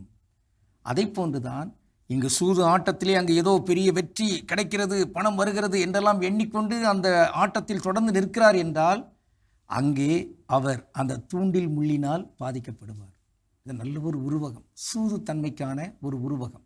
இந்த சூதாட்டம் இங்கு இல்லாமல் போக வேண்டும். இங்கு சூது நிறைந்த எண்ணமும் கூடாது, சூதுள்ள விளையாட்டும் கூடாது. ஆனால் இங்கு ஆடப்படுகின்ற பொதுவான ஆட்டங்களில் கூட, ஒருவேளை மட்டைப்பந்தாட்டம் உட்பட அந்த ஆட்டங்களில் கூட சூது தன்மைகளை வைத்திருக்கிறார்கள். இதையெல்லாம் மாற வேண்டும். நேர்மையான அரசுகள், நல்ல மக்கள் இனங்கள் ஒன்று கூடுகின்ற பொழுது இந்த சூது தன்மையை இல்லாமல் ஆக்க முடியும். இன்று நாம் பார்க்கவிருக்கின்ற ஒரு தனித்தமிழ் சொல் சூது. அது நல்ல தமிழ் சொல் தான். அதற்கு இணையான வேறு சொற்கள் என்ன? சூதாட்டம். அதை போன்று இன்னொரு சொல் கவறு என்று இருக்கிறது. அதை ஒரு பழமொழி போட்டு சொல்வார்கள் இதெல்லாம். அதாவது களவும் கற்று மர என்று சொல்வார்கள். ஆனால் உண்மையான பொருள் அதுவல்ல. களவும் கற்று மரத்தல் அல்ல. அதனுடைய உண்மை பொருள் கள்ளும் கவரும் மர. ஆக இங்கு களவும் கற்று மர என்பதல்ல, மாறாக இந்த கள்தன்மை அதையும் விடணும், கவருத்தன்மை சூதுத்தன்மை அதையும் விடணும். அதெல்லாம் கூடாது. அந்த வகையில் இந்த சூதாட்டம், அதில் எழுகிற சூழ்ச்சி, நயவஞ்சகம், இவை எல்லாமே நீங்குவதற்கு இங்கு முயற்சி மேற்கொள்ளப்பட வேண்டும். புதிய தலைமுறையினர் அந்த தன்மைக்குள் வீழ்ந்து விடக்கூடாது. ஏற்கனவே சூதில் இருக்கிறவர்கள் அதிலிருந்து விடுதலை பெற வேண்டும். எனவே திரிகடம் தருகிற இந்த ஒரு நெறிப்படுத்தலில் நாம் உறுதியேற்றுக்கொள்வோம். கடவுளுக்கு திருவிடமானால் மீண்டும் நாளை திரிகடுகத்தில் இணைந்து மகிழ்வோம். நன்றி, வணக்கம். சிறப்பான திரைக்கடகம் பகுதியை நம்ம பார்த்தாச்சு. நாம இன்னைக்கு பேசிட்டு இருக்கோம் நம்மளுடைய எதிர்காலத்தை வாழ விடாம நம்ம செய்யக்கூடிய தவறுகள்லாம் இருக்கு இல்லையா? அடுத்ததா என்ன கெட்ட பழக்கத்தை நம்ம செய்யறோம்? ஸோ அடுத்ததா என்ன கெட்ட பழக்கத்தை நம்ம செய்யறோம் அப்படின்னு பார்த்தீங்கன்னா, திட்டமிடாமல் செலவழிப்பது. எவ்வளோ வருமானம் வருது அதை பற்றி கவலை இல்லை, எவ்வளோ செலவு பண்ணுறோம் அது தாட்டு போட்டுன்னு செலவு பண்ணுறோம். சில நேரங்கள் கடனை வாங்கி என்ன பண்ணுறோம், செலவு பண்ணுறோம். அப்போ இந்த மாதிரி திட்டமிடல் இல்லாமல் நான் செலவழிக்கக்கூடிய செலவு ஒவ்வொன்றும் பின் நாட்களில் என்னுடைய எதிர்காலத்தை என்ன பண்ணிடும், சுத்தமாக அதை அழித்து விடும். அப்போ சில நேரங்களில் நமக்கு முக்கியமான தேவையாக இருக்கும். சில எமர்ஜென்சி ஃபண்ட்ஸ் எல்லாம் வச்சிருக்கேன்னு சொல்கிறாங்க. இன்றைக்கி பல குடும்பங்களுக்கு எமர்ஜென்சி ஃபண்டுனா என்னன்னே தெரியாது. அப்போ ஒரு அவசர காலத்திற்கு ஒரு பணம் தேவைப்படுகிறது அப்படிங்கிறப்ப யார்கிட்டயே போய் கடனை உடனே வாங்க வேண்டிய ஒரு சூழலில் நம்ம மாட்டிக்கிட்டு அல்லல் படுகின்றோம். அப்போ இது எல்லாமே நம்முடைய எதிர்காலத்தை சீர்குலைக்கும் வண்ணம் நாம் நமக்கே தெரிஞ்சோ தெரியாமலோ வச்சிருக்கக்கூடிய மோசமான பழக்கங்கள். ஸோ இந்த தவறை நம்ம செய்யாமல் கற்றுக்கொள்ள வேண்டும். தொடர்ந்து பேசலாம். இப்போ அடுத்த பகுதி பார்க்கலாம்.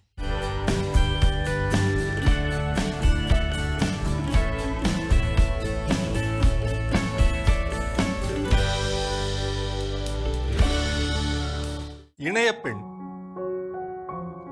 இணையமும் சமூக ஊடகங்களும் இன்றைய பெண்களுக்கு ஆபத்தா, வாய்ப்பா? இன்றைய உலகம் பெண்களின் சக்தியை வெளிப்படுத்தும் மேடையாக முடியுமா? பெண்களின் கனவுகள், குரல்கள், கதைகள், போராட்டங்கள் இணைய உலகில் அர்த்தம் பெறுகிறதா? இணைய குற்றங்கள் மற்றும் இணைய வியாபாரங்கள் பெண்களை குறிவைத்தே நடப்பது உண்மைதானா? வாருங்கள், இதற்கான தெளிவை வலை உலகத்தில் அருள்வாக்கின் ஒளியில் தேடுவோம். அருள்வாக்கு பகுதி யோவான் 4:1-42. சமாரியாவில் உள்ள சிக்கார் எனும் ஊருக்கு இயேசு வந்து சேர்ந்தார். பயணத்தால் களைப்புற்றிருந்த இயேசு கிணற்று ஓரமாய் அமர்ந்தார். அப்போது ஏறக்குறைய நண்பகல். அவருடைய சீடர் உணவு வாங்குவதற்காக நகருக்குள் சென்றனர். சமாரிய பெண் ஒருவர் தண்ணீர் முள்ள வந்தார். இயேசு அவரிடம், குடிக்க எனக்கு தண்ணீர் கொடும் என்று கேட்டார். அச்சமாரிய பெண் அவரிடம், நீர் யூதர், நானோ சமாரிய பெண், நீர் என்னிடம் குடிக்க தண்ணீர் கேட்பது எப்படி என்று கேட்டார். ஏனெனில் யூதர்கள் சமாரியரோடு பழகுவதில்லை. இந்த விவிலிய நிகழ்வில் இயேசு கிணற்றடியை ஒரு ஊடக மேடையாக பயன்படுத்தினார். ஆனால் ஒரு பெண் தனிமையில் ஒரு ஆணிடம் பேசுவதை வியப்போடு பார்க்கும் சமூகத்தை போல இயேசுவின் சீடர்கள் சமாரிய பெண்ணோடு பேசிக் கொண்டிருந்த இயேசுவை வியப்போடு பார்க்கின்றனர். ஆனால் இயேசு அதை ஒரு பொருட்டாக கொள்ளவில்லை. பொதுவாகவே கிணறு என்பது மக்கள் சந்திக்கும் இடம், தகவல் பரிமாற்ற மையம், உறவு உருவாகும் இடம்.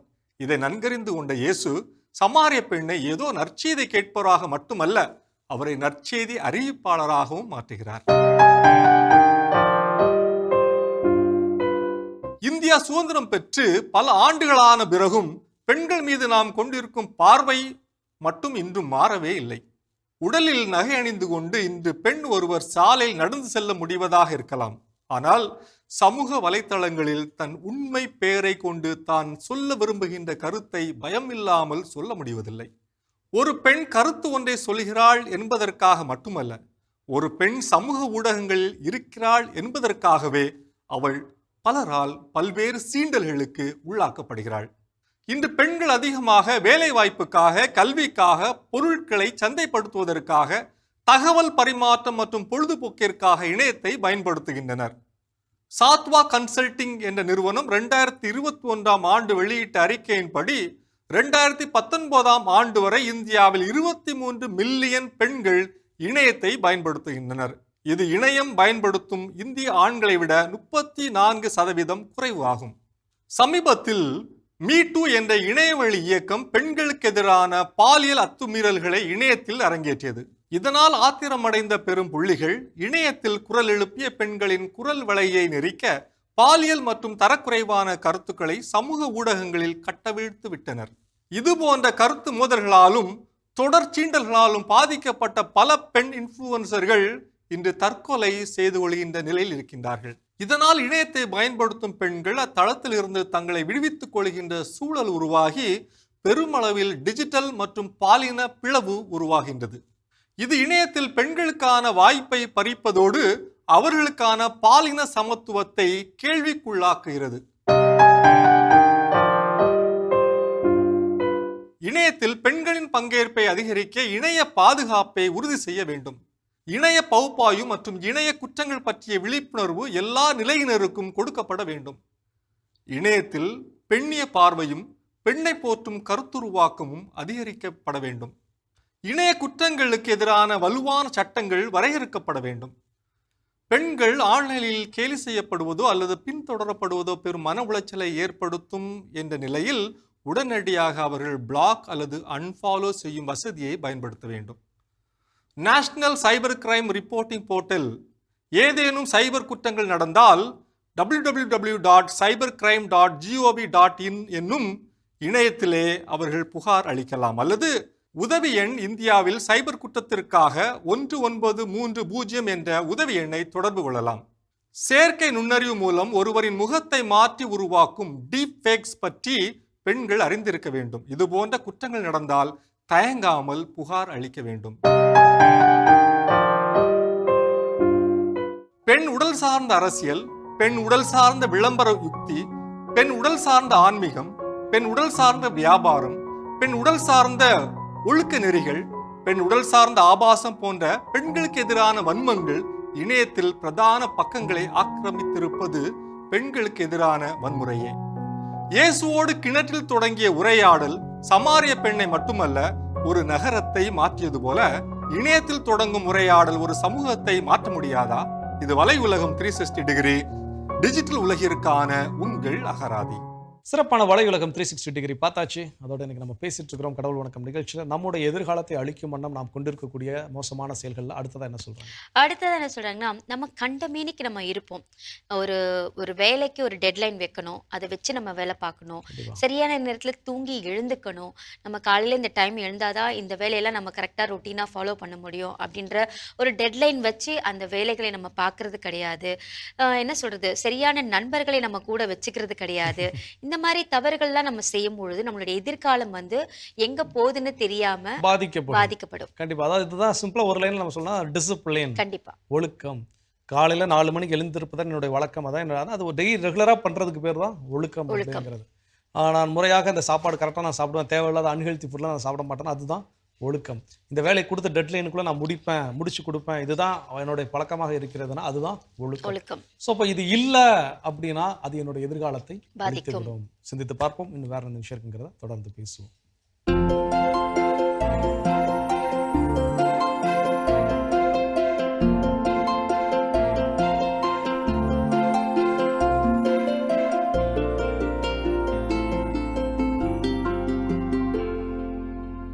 அனைவருக்கும் வணக்கம். இன்றைய பதிவில் நம்ம பார்க்க போகிற முக்கியமான விஷயம் வந்து கடலை சாகுபடி. இந்த கடலை சாகுபடியை பொறுத்தளவில் நம்ம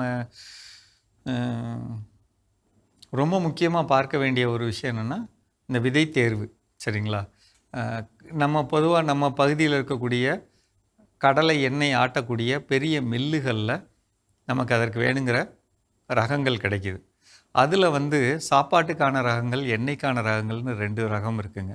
சாப்பாட்டுக்கான ரகங்கள் அப்படின்னு நம்ம எடுத்துட்டோம்னா இந்த குஜராத் ரகங்கள் ஜிஜே அப்படின்னு சொல்லக்கூடிய 32, 34 அல்லது 30 இந்த வகை கடலைகள், அல்லது இன்னும் சொல்லப்போனால் ஒரு சில 3 விதை கடலை, இதெல்லாம் வந்து உணவுக்கானதாக இருக்குங்க.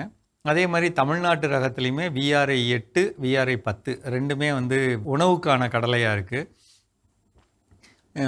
அதே நேரத்தில் எண்ணெய்க்கான இது கிர்னார் 5, ஆந்திர ரக கடலையில் கிர்னார் 5 அதுவுமே வந்து உணவுக்கான கடலையாக இருக்குங்க. இது இல்லாத ஒரு சில முக்கியமான ரகங்கள் இருக்குங்க. அதாவது இந்த மிக்சரில் எல்லாம் போடுவாங்கள்ல, பெரிய ரக கொட்டையாக இருக்கக்கூடிய பெரிய ரக கடலை, அதெல்லாம் பார்த்தா ஒரு சில சிறப்பு ரகங்கள், குஜராத்திலேருந்து வரக்கூடிய சிறப்பு ரகங்கள் இருக்குங்க. இதெல்லாம் நம்ம முன்கூட்டியே வாங்கி, அப்படி விரும்பினா அது வாங்கி நம்ம தயார் பண்ணி அதற்கேற்ற மாதிரி நம்மள்கிட்ட அந்த பொருளை நம்ம உற்பத்தி பண்ணால் நம்மகிட்ட இருந்து வாங்குறவங்களுக்கு கரெக்டாக கொடுக்குற மாதிரி, அது மாதிரி பண்ணால் ரொம்ப நல்லது. அதே நேரத்தில் இன்னொரு முக்கியமான விஷயம் எண்ணெய்க்கான கடலை. எண்ணெய்க்கான கடலை அப்படிங்கிறப்ப கதரி ரொம்ப ரொம்ப முக்கியமான ரகம். அது வந்து கொஞ்சம் காரல் தன்மை இருக்குது அப்படிங்கிற மாதிரி சொல்லப்பட்டாலும் அது வந்து அதிகமான விளைச்சல் தரக்கூடிய ஒரு முக்கியமான ரகங்க. அதே மாதிரி TCGS 1694 பார்த்திங்கன்னா அதிகமான எண்ணெய் தரக்கூடிய ரகமான கடலை. இந்த மாதிரி கடலையை நம்ம வந்து உற்பத்தி பண்ணுறது, இது நம்ம மட்டும் இல்லாமல் நம்மளை சூழ்ந்த விவசாயிகள் எல்லாம் மொத்தமாக சேர்ந்து பண்ணுறப்ப அந்த கடலை விவசாயத்தை விதைக்கிறதுலேருந்து அறுவடை வரலாம் இயந்திரங்கள் கொண்டு செய்கிறது. எப்படி வந்து நெல் விவசாயத்தில் ஆரம்பம் முதல் அறுவடை வரலும் இயந்திரங்கள் வச்சு பண்ணுறோமோ, ஏன்னா வேலையாள் பற்றாக்குறைக்கு அப்படி பண்ணுறோமோ, அதே மாதிரி நம்ம கடலையிலையும் பண்ண இப்போ இன்றைக்கி பெரிய வாய்ப்புகள் வந்திருக்குங்க. எப்படியும் இப்போ பார்த்திங்கன்னா இந்த கடலையை பொறுத்தவரை விதைக்கிறதுலேருந்து இதில் களை எடுக்கிறது, அடுத்து வந்து எல்லா விதமான கரைசல்களை தூவுறது, அதுக்கு கீழே தரையில் சொட்டு நீர் பாசனம் போட்டுறோம், அடுத்து அறுவடை, அதுக்கான இயந்திரங்கள், அப்புறம் அந்த கொடியிலேருந்து கடலையை பிரித்து எடுக்கிறது, அப்புறம் பிரித்தெடுத்த கடலையிலேருந்து கடலை பருப்பு எடுக்கிறது, அப்படிங்கிறதுல எல்லா விதமான நிலைகள்லேயும் நமக்கு இயந்திரம் வந்ததுனால இந்த கடலை விவசாயத்தை கொஞ்சம் பெருமளவு நம்ம பண்ணுறது வந்து நிச்சய லாபம் தரும். இதில் ரொம்ப முக்கியமானது, நீங்கள் இந்த பதிவை கேட்குறப்ப என்னங்க கடலை போட்டு அதிகமாக லாபம் இல்லை அப்படின்னு சொல்கிறது எதை பொறுத்தது அப்படின்னா, கடலையோட தரம் சரியில்லை அப்படின்னு சொன்னால் கண்டிப்பாக ரேட்டு கிடைக்காதுங்க. ஏன்னா வியாபாரிகள் வாங்க வரும்போது அவங்க சும்மா எதேச்சியாக ஒன்று எடுத்து உடச்சி பார்க்குறாங்க. அப்போ உள்ளே இருக்க ஓடோட உள்பகுதியில் கருப்பு படிகிறது, பருப்பு வந்து முழுதாக கொட்டையாக முழுதாக இருக்கக்கூடிய அளவுக்கு உருண்டையாக முழு வடிவத்தோடு இருக்கிறது, எடுத்த எல்லா கடலையுமே வந்து மணிகளோடு இருக்கிறது, அப்படிங்கிற அடிப்படை தரத்தோடு இருக்கிறப்ப நமக்கு அதிகமான வெற்றி கிடைக்கும். சரிங்களா? விலை கிடைக்கும். அப்போ அதை வளர்க்குறதுல இருக்கக்கூடிய முக்கியமான பிரச்சனைகள் என்ன? வந்து நம்ம வந்து அதுக்கு வேணுங்கிற அடி உரம் கொடுக்கறது, அதிகமான வேர் விட வைக்கிறது, அந்த வேரில் காய்கள் வர்றதுக்காக 40வது நாள் 2வது களை எடுக்கிறப்ப ஜிப்சம் வச்சு மண்ணணைக்கிறது, அதாவது 100 கிலோ ஜிப்சம் வச்சு மண்ணணைக்கிறது. அதுக்கப்புறம் வந்து நுண்ணூட்ட கலவைகளை ஏக்கருக்கு 5 கிலோலேருந்து 10 கிலோ மண்ணை பொறுத்து ஆரம்ப காலத்தில் முதல் 30 நாளுக்குள்ளே மண்ணில் போடுறது, இதெல்லாம் ரொம்ப ரொம்ப முக்கியமானதுங்க. இதுக்கு மட்டும் இல்லாமல் 50 நாளுக்கு அப்புறம் 60, 75, 90 இந்த நாட்களில் நுண்ணூட்ட கலவையை 100 லிட்டருக்கு 1 லிட்டருக்கு கலந்து கூடவே மீனமிலம் கலந்து தெளிக்கிறது. அது ரொம்ப முக்கியமானது. 60, 70, 80, 90, 100 இந்த நாட்கள்லாம் தரைவழியில் சத்துக்கள் நல்லா கொடுக்கறது.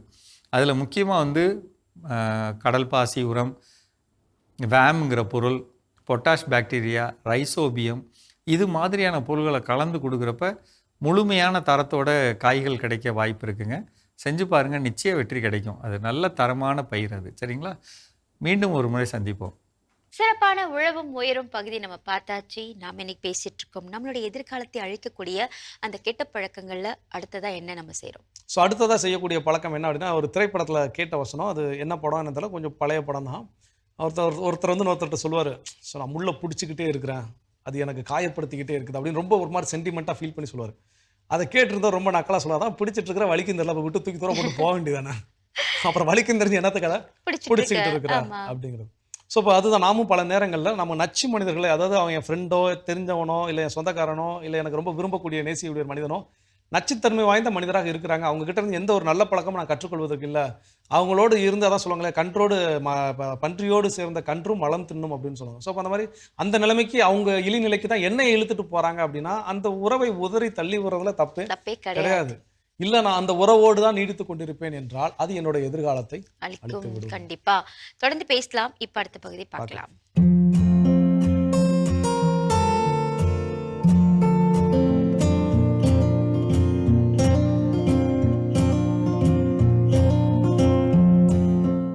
அன்பான மாதா தொலைக்காட்சி நேயர்களுக்கு வணக்கம்.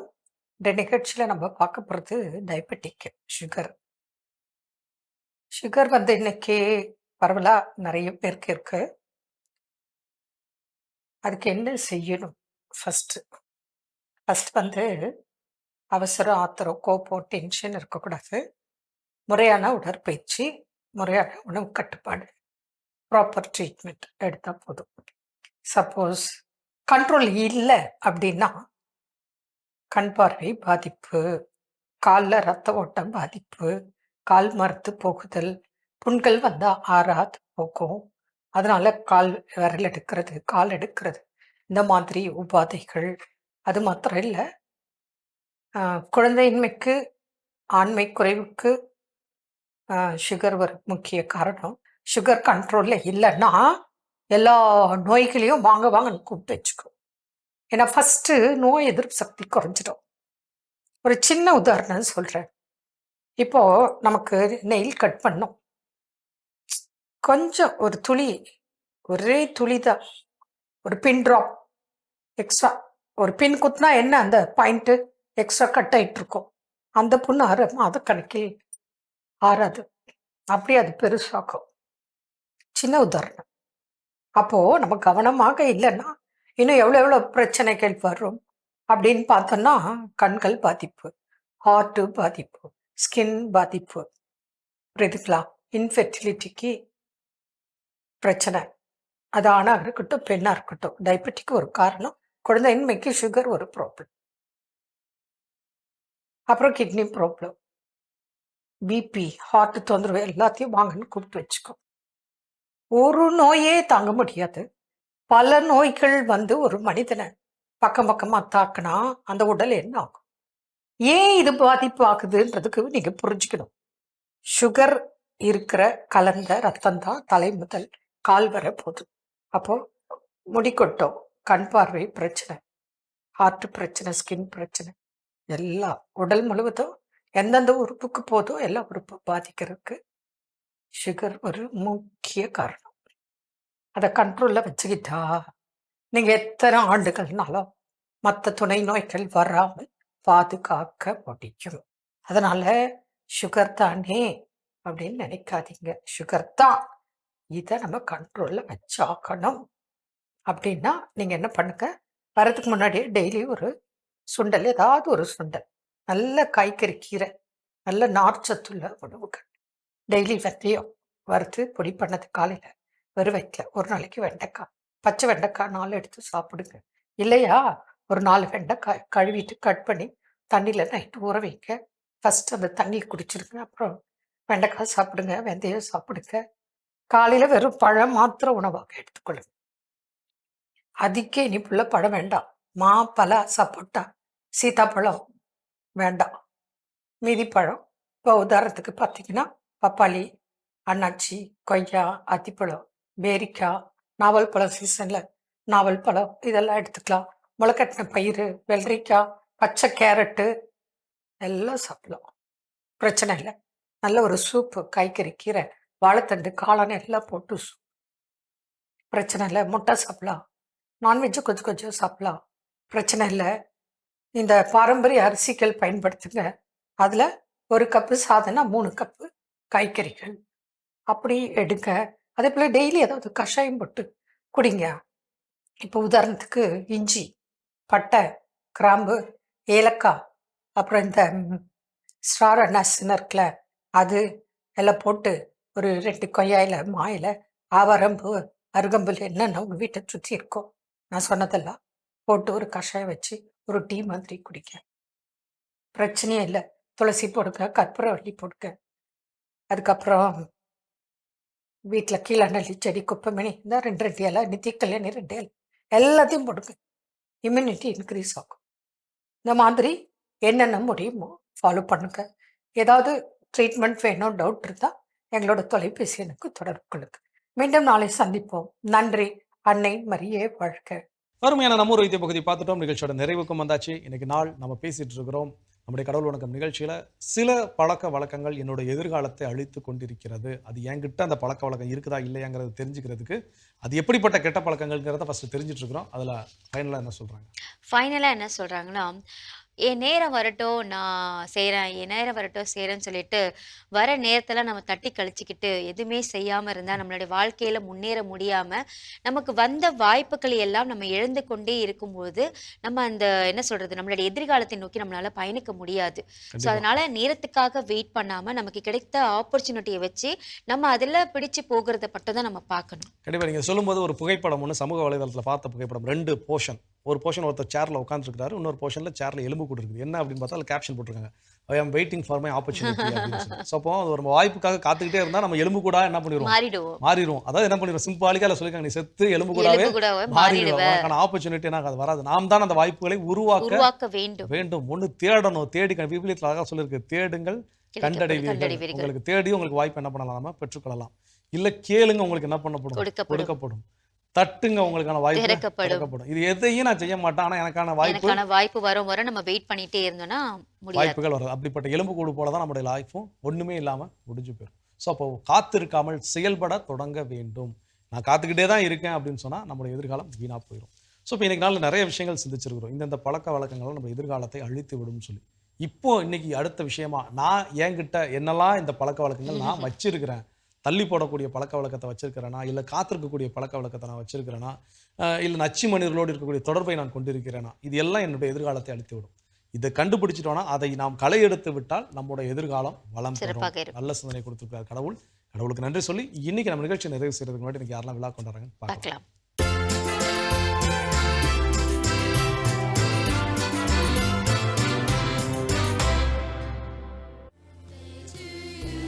யுவானா கிறிஸ்லின் இன்று தனது 5ஆம் ஆண்டு பிறந்த நாளினை கொண்டாடுகிறார். இவரை வாழ்த்துபவர்கள் அப்பா சதீஷ்குமார், அம்மா கிளாரா கலைச்செல்வி, தம்பி ஹேனியல் கிறிஸ்டன், தாத்தாக்கள் பீட்டர் பிரான்சிஸ், ஆரோக்கியசாமி, அப்பாயி லீமா ரோஸ், அம்மாச்சி ஸ்டெல்லா மேரி, மாமாக்கள், அத்தைகள், சித்தப்பாக்கள், சித்திகள், குடும்பத்தினர், உறவினர்கள் மற்றும் நண்பர்கள். ஜோபின் ஆண்டோ இன்று தனது பிறந்த நாளினை கொண்டாடுகிறார். இவரை வாழ்த்துபவர்கள் அப்பா, அம்மா, தாத்தா, அம்மாச்சி, ஹேர்வின், குடும்பத்தினர், உறவினர்கள் மற்றும் நண்பர்கள். இன்று விழா காணும் உங்கள் அனைவருக்கும் இறைவன் தரக்கூடிய அன்பான பரிசு திருப்பாடல் 121:8. நீர் போகும் போதும் உள்ளே வரும்போதும் இப்போதும் எப்போதும் ஆண்டவர் உம்மை காத்தருள்வார். இந்த இறையாசுடன் நீங்கள் வாழ மாதா தொலைக்காட்சியின் வாழ்த்துக்களும் ஜெபங்களும். அன்பானவர்களை, வாழ்க்கையை வீணாக்காமல் வாழ்வோம், வாழ்வில் நல் மாற்றம் காண்போம் என்ற இந்த சிந்தனையோடு இன்றைய கடவுள் வணக்கம் நிகழ்ச்சியை நாங்கள் நிறைவு செய்கிறோம். இந்த நாள் இனிய நாளாக உங்க எல்லோருக்கும் அமைய மாதா தொலைக்காட்சியின் வாழ்த்துக்களும் ஜெபங்களும். மீண்டும் உங்கள் அனைவரையும் கடவுள் வணக்கம் நிகழ்ச்சியில் சந்திக்கும் வரை உங்களிடமிருந்து விடை இயேசுவுக்கே புகழ். மரியே வாழ்க. நீ ஆர்ட்ஸ் தானடா படிச்ச, எப்படி ஐடில வேலை பார்க்குற? எந்த டிகிரினாலும் பரவாயில்லண்ணா. சென்னையில் இருக்க எஸ்எல்ஏ ஐடி ட்ரைனிங் இன்ஸ்டியூட் தான் நான் ட்ரைனிங் எடுத்தேன். மாதம் 30,000 சம்பாதிக்கிறேன். சூப்பர்டா. For IT training and placement, contact 8870767784.